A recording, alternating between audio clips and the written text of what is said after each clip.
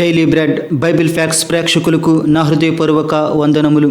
ఈరోజు మన టాపిక్ ఏమిటంటే, ధనవంతుడు లాజరు స్టోరీ నిజంగా జరిగిందా లేదా ఒక ఉపమానమా, మరియు ధనవంతుడు లాజరు ఏ కాలానికి చెందినవారు అనే విషయాలు ఇప్పుడు పూర్తిగా తెలుసుకుందాం.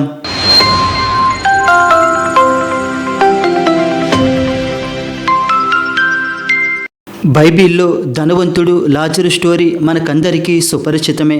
కొంతమంది బైబిల్ పండితులు ఇది ఒక ఉపమానం అని వాదిస్తున్నారు, మరికొంతమంది ఇది నిజంగా జరిగిన సంఘటన అని వాదిస్తున్నారు. అయితే ఇప్పుడు మనం ఈ సంఘటన గురించి పూర్తిగా వివరంగా స్పష్టంగా తెలుసుకుందాం.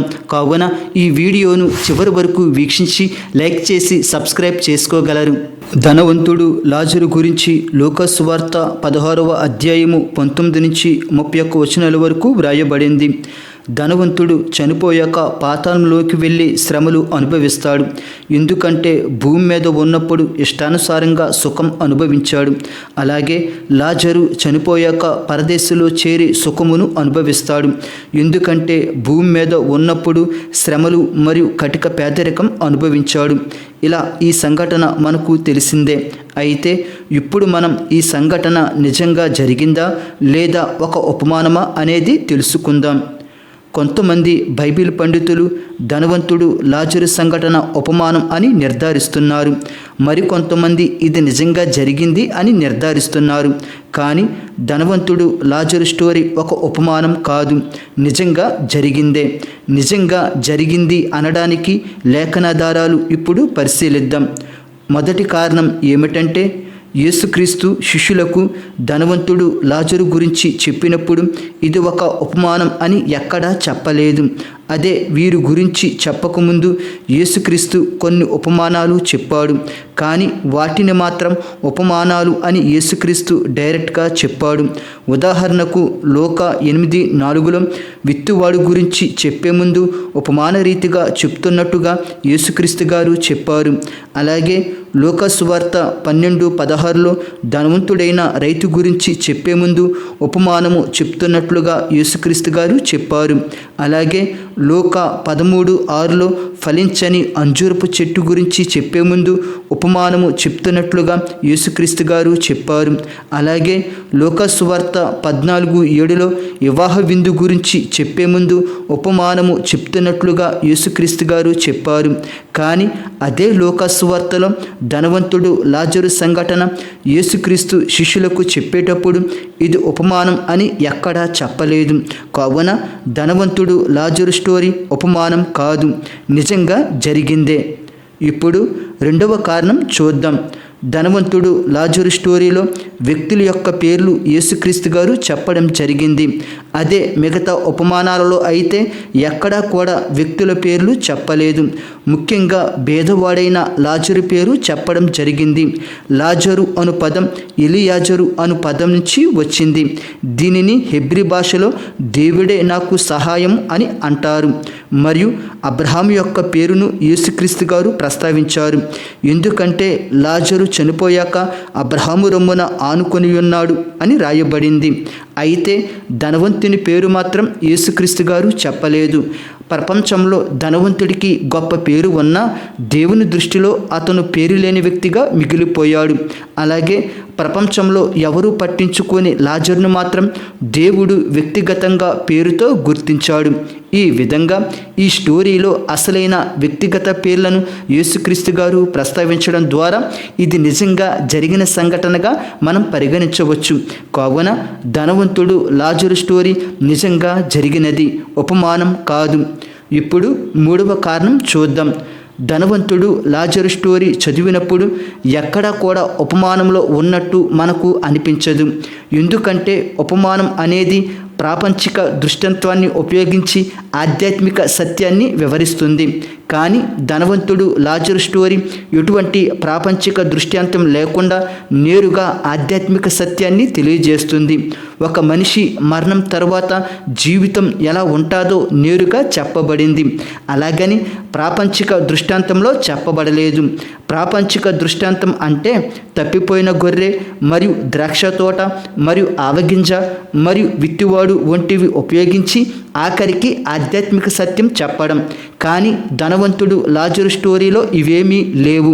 నేరుగా ఆధ్యాత్మిక సత్యమైన మనిషి మరణానంతరం ఎలా ఉంటుందో చెప్పబడింది.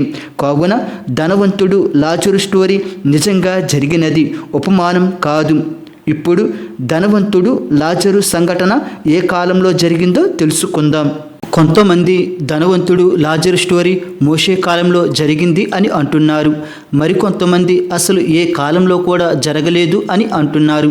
అయితే మోషే కాలంలోనే జరిగింది అనడానికి కొన్ని కారణాలు చెప్తున్నారు. అవేమిటో ఇప్పుడు తెలుసుకుందాం.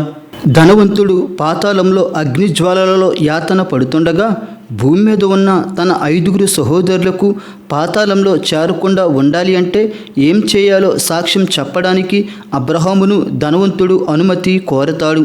అప్పుడు అబ్రహాము ధనవంతుడితో ఇలా అంటాడు. 29వ వచనం చదువుదాం.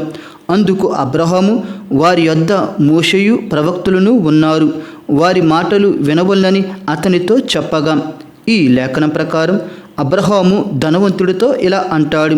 నీ 5 సహోదరుల దగ్గర మోషే మరియు ప్రవక్తలు ఉన్నారు, కావున వారి మాటలు వింటే పాతాళాన్ని తప్పించుకుంటారు, కావున నీవు వెళ్ళడానికి అనుమతి లేదు అని అబ్రహాము ధనవంతుడితో అంటాడు. దీన్ని బట్టే అబ్రహాము లాజరు స్టోరీ మోషే కాలంలోనిది అంటున్నారు. కానీ ఈ స్టోరీ మోషే కాలంలోనిది కాదు. ఎందుకంటే మోషేయు ప్రవక్తలను ఉన్నారు అని అబ్రహాము అన్నాడు అంటే మోషే అప్పటికి భూమి మీద ఉన్నాడని అర్థం కాదు.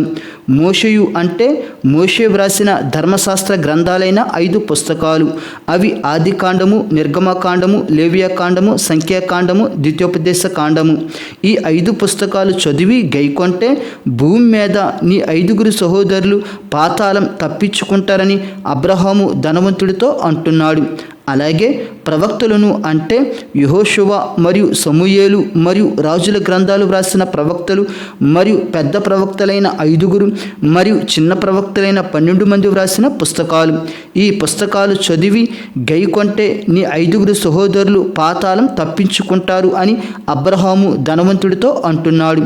అందుకే అబ్రహాము మరొకసారి ధనవంతుడితో ఇలా అన్నాడు. 31వ వచనం చదువుదాం. అందుకతడు మోషేయు ప్రవక్తలను చెప్పిన మాటలు వారు వినిన ఎడల మృతులలో నుండి ఒకడు లేచినను వారు నమ్మరని అతనితో చెప్పెనను. దీని ప్రకారం మోషే మరియు ప్రవక్తలు వ్రాసిన పుస్తకాలు వింటే పాతాళం తప్పించుకుంటారని అబ్రహాము ధనవంతుడితో అంటున్నాడు. అంటే పరిశుద్ధ గ్రంథాలు ఇప్పటికే వారి దగ్గర ఉన్నాయి. అవి వింటే నీ 5 సహోదరులు పాతాళం తప్పించుకుంటారని అబ్రహాము ధనవంతుడితో అంటున్నాడు. కావున ధనవంతుడు లాజరు స్టోరీ మోషే కాలంలోనిది కాదు. అయితే ఏ కాలంలోనిదో ఇప్పుడు తెలుసుకుందాం. ధనవంతుడు లాజరు స్టోరీ ఏ కాలానిదో మనం ఖచ్చితంగా చెప్పలేము, కానీ కొంతవరకు చెప్పవచ్చు. యేసుక్రీస్తు ధనవంతుడు లాజరు స్టోరీ శిష్యులకు చెప్పినప్పుడు సుమారు క్రీస్తు శకం 27 నుంచి 30 సంవత్సరాల మధ్యలో అయి ఉండవచ్చు. ఎందుకంటే యేసుక్రీస్తు చివరి 3.5 సంవత్సరంలోనే సువార్త పరిచర్యలు ప్రారంభించారు. ఆ కాలంలోనే శిష్యులకు యేసుక్రీస్తు గారు చెప్పారు.